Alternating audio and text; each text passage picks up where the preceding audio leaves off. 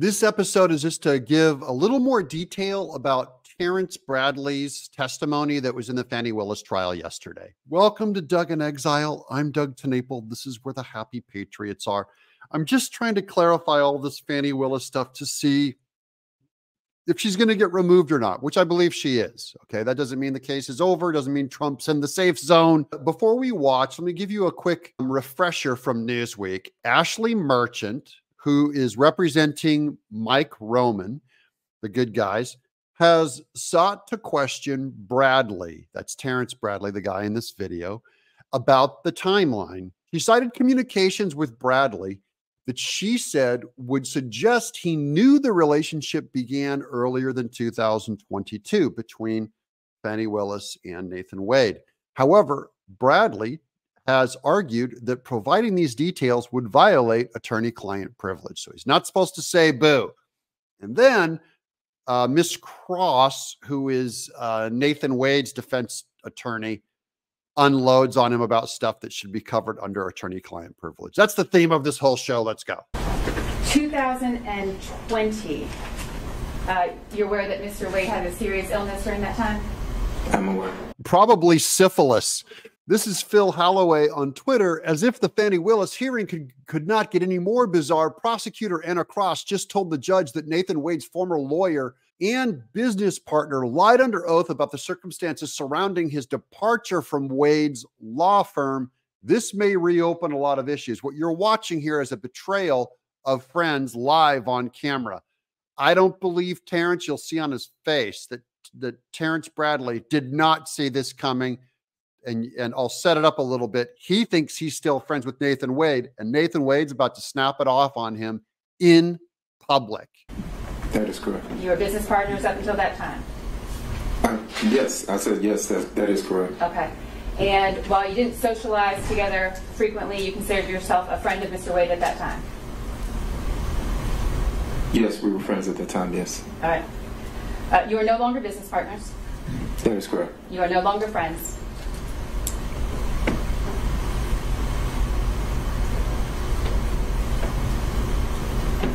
I mean, if he's saying that we're not friends, then I yeah. want to know what you think, Mr. Bradley. Do you consider yourself a friend of Mr. Wade? I'll consider. Look at the hurt on this guy's face. Right up to this moment, he's shocked that he and Nathan Wade are no longer friends. He goes, are you guys still friends? As far as he's concerned, they are. Where did this come from?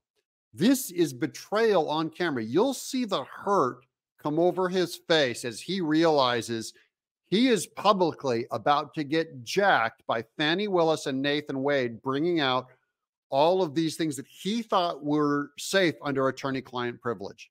And now they're going to pull his pants down in public and basically ruin his life socially. It goes to potential bias.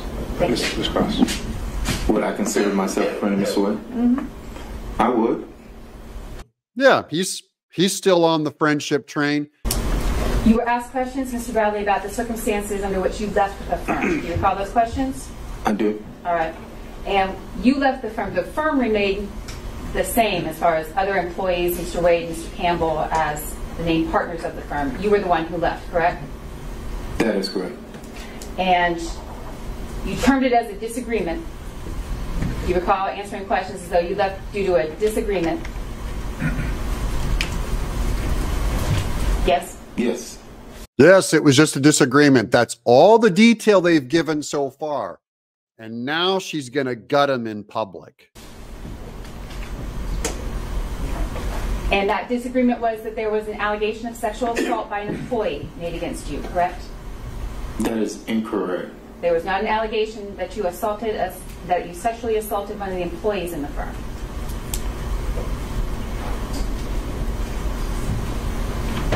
That is incorrect, but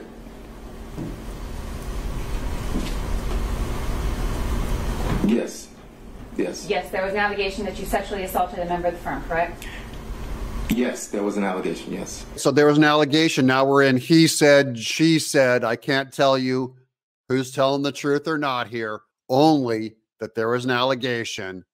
And this is the first time in public that he thought he'd start hearing about this stuff. that was under the umbrella of attorney-client privilege. Miss Cross, by the way, just blew her whole case because she just opened up and removed attorney-client privilege. She doesn't realize it, but she just screwed up big time. And we'll get to that later in this video. And as a result of that allegation, you left. I did. And you were no longer business partners with Mr. Wade. That is correct. The firm remained intact, and in fact, the employee involved remained with the firm, correct? I'm not certain of that. They did leave the building, of course, and I don't know. Some of the employees did leave. Mr. Bradley, you in fact paid that employee $20,000, correct? That is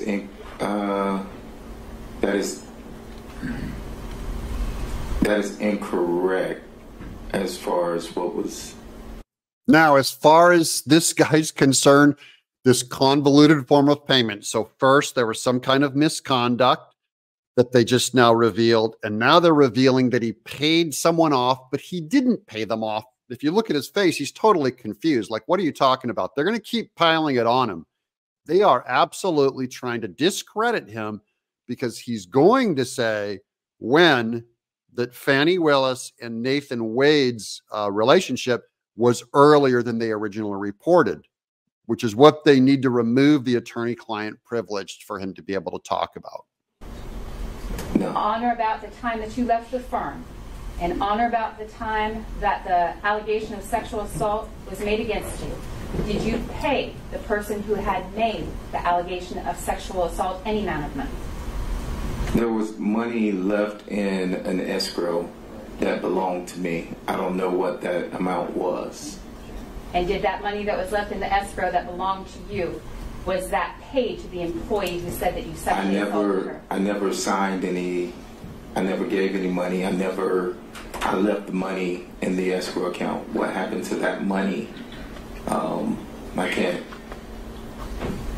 I don't know what happened to it. It's $20,000 that apparently went to this victim. It's weird. They make him sound like a criminal that he has $20,000 in an escrow account.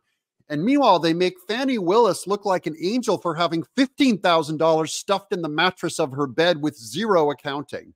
For what purpose did you leave the money in the escrow account when you left the firm? I left the money in the escrow account. For what purpose, sir? There was no purpose. You just left the money in the escrow account? Yes. If there's no connection to the money you left in the escrow account and the allegations of sexual assault that an employee of your firm made against you, why was it that you brought to my attention, why did you respond the way you did about money in an escrow account when my question was, did you pay this employee any money? I didn't hand any money. It was money from my escrow account, to my knowledge. To your knowledge, where did the money in the escrow account go? To the employee. To that employee. Well, I don't know what the details are about this money, but this looks like a surprise to him. Not a surprise that he's lying, but a surprise they're filling him in on information that he didn't have a clue about. So I don't know.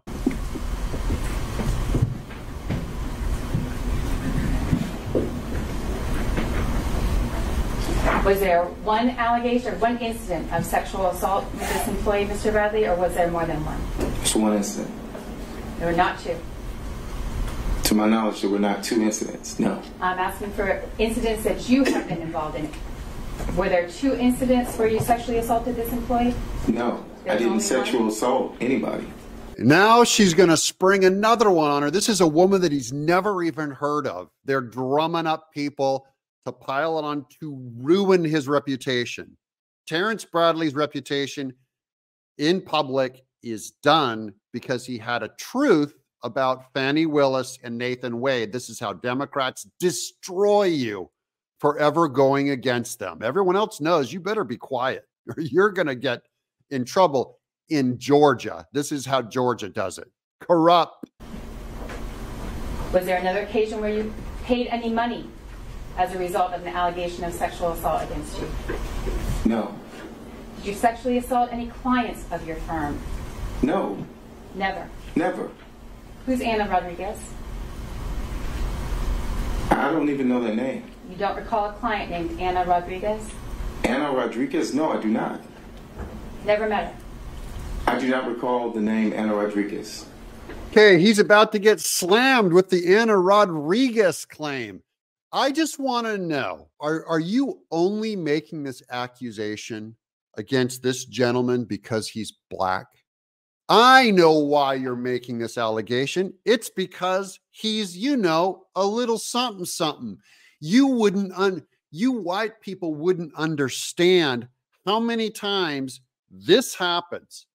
This guy is getting nailed by Fani Willis. Suddenly, where's that excuse of race? Where's the excuse of racism?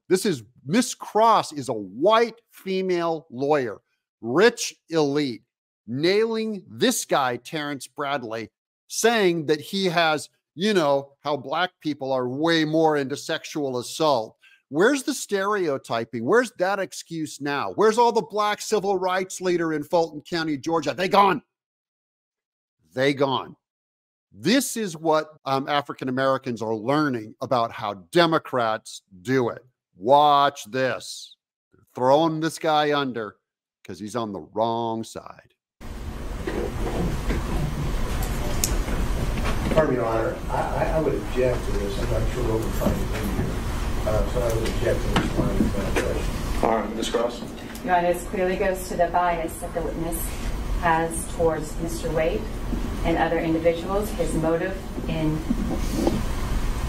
Look how hurt he is as she's accusing him of bias against Nathan Wade and Fannie, as if he made up an earlier day that those two got together and they sat on trial because of this bias. This is so weird. He's sitting there squinting, hurt like hell. His involvement, and I believe it's an appropriate avenue to pursue based on exploring his credibility. All right. At some point, though.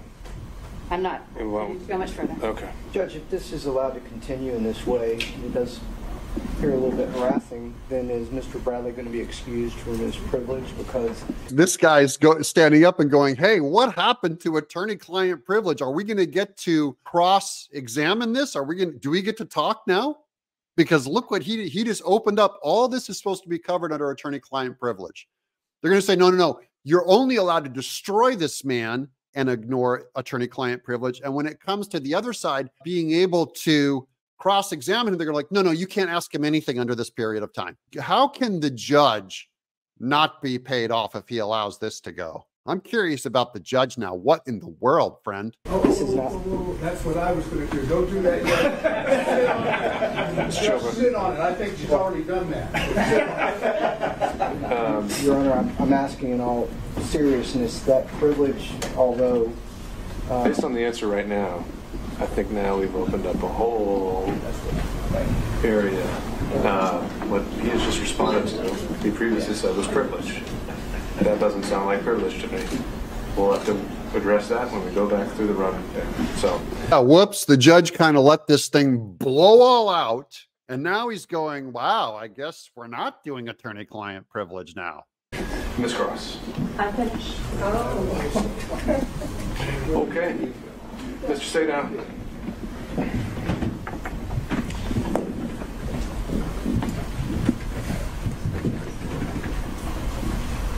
You were accused by Mr. Wade of misconduct in the course of your representation of Mr. Wade, correct?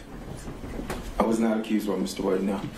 Who accused you? Did Mr. Wade not, based on the questions were just asked, did Mr. Wade not bring to your attention the sexual assault allegations? Okay, now this is Mr. Setow. This is the Trumpy Mike Roman side of the whole thing going, when did all this come out? You know, where's the discovery on all this that they're dropping on us right now?